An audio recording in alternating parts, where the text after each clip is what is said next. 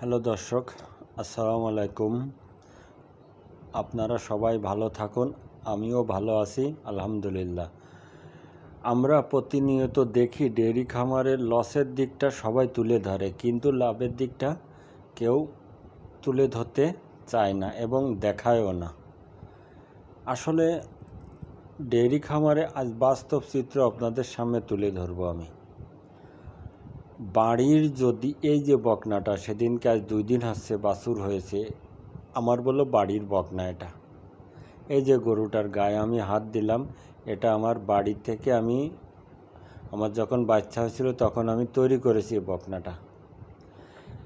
এবং সত্য কথা কি যে এখনও তো বাছুর ভালোভাবে আমরা বাঁধি না। বাছুর কমসে কম 2 মাস 2.5 মাস ওইভাবে মার কাছ থেকে দুধ খাবে এবং আমি দুধ দহন করবো এইভাবে।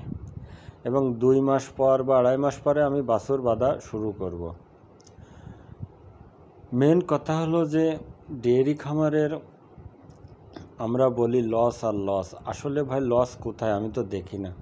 এই গরুটা সত্য কথা তুলে ধরি, কালকে আমার সকাল বিকেল 10 লিটার দুধ পেয়েছি আমি এই গরুর থেকে।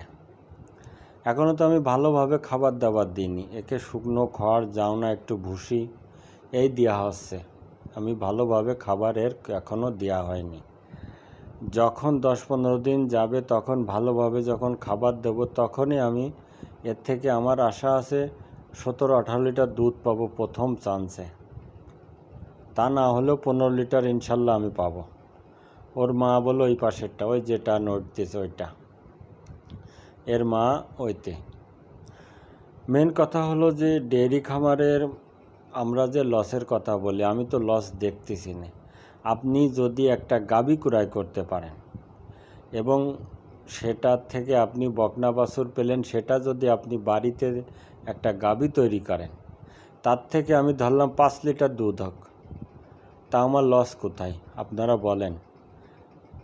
আমি আর যদি বাড়িতে একটা বকনা বাছুর আমি বকনা বাছুর থেকে গাভী তৈরি করতে পারি, তাহলে আমার ডেয়ারি খামারের লস কোথায়? তার সাথে আমি একটা বাছুরও পেয়েছি ভালো জাতের, এবং বেরাকের বীজ দেওয়া হয়েছিল 333 বুলের বীজ, এবং এটা বকনা বাছুর হয়েছে। এটা আমি আল্লাহ যদি এর বাছায় রাখে, আমার কোনো সমস্যা না হয়, তাহলে আমি এরও একটা গাভী বানাবো। তাহলে কোথায় আমার লস আপনারা একটু বলবেন। আসলে এখন এই যে গাভীটা যেটা কালকে না পরশুদিন বাছুর হয়েছে, 10 লিটার আমি দুধ পাচ্ছি। আজকে সকালবেলা আমি 7-7.5 লিটার দুধ পেয়েছি, এবং বিকেলে কয় লিটার হবে সেটা জানি না। তারপরেও আমি মনে করি যে আজকে 10 লিটারও উপরে যাবে। কিন্তু বাছুর বলে খোলা, ওর যখন মনে চাচ্ছে উঠতেছে, খাচ্ছে মার কাছ থেকে।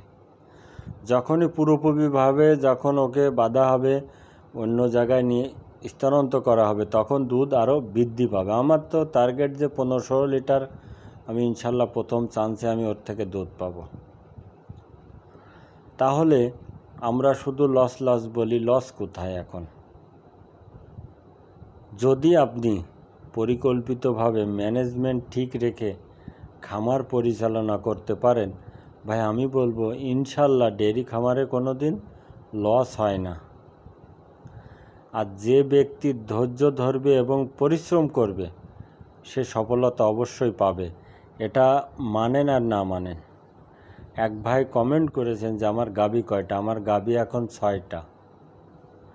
ইনশাল্লাহ আমার আগামীতে আরও বেশি বানানোর চেষ্টা আছে আমার। এবং বলেছেন কিভাবে কয়টা গাভী হলে আমি চলতে পারবো। আসলে ভাই গাভী আপনি কত টাকার ভিতরে কিনবেন, কত লিটারওয়ালা গাভী কিনবেন, সেটা আপনার বিষয়। তারপরেও আর একটা কথা হলো যে আপনাকে অবশ্যই দুটো গাভী দিয়ে শুরু করা ভালো, এবং দুটো গাভীও তা ক্রয় করতে হবে আপনাকে। আজকে একটা ক্রয় করলেন, কমসে কম 2 মাস 2.5 মাস পরে যে আর একটা ক্রয় করবেন।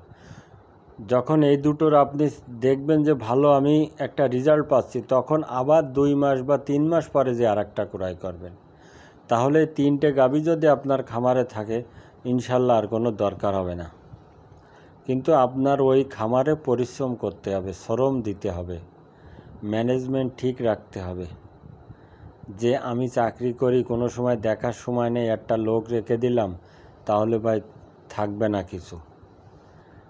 আর আপনাকে বলবো যে গাভী ক্রয় করার 70 দিন আগে আপনাকে ঘাস লাগাতে হবে। যেদিন আপনি খামারে গরু উঠবেন ওই দিন থেকে ঘাস কেটে গাভীদেরকে খাওয়াতে পারবেন, এমনভাবে ঘাস লাগাতে হবে।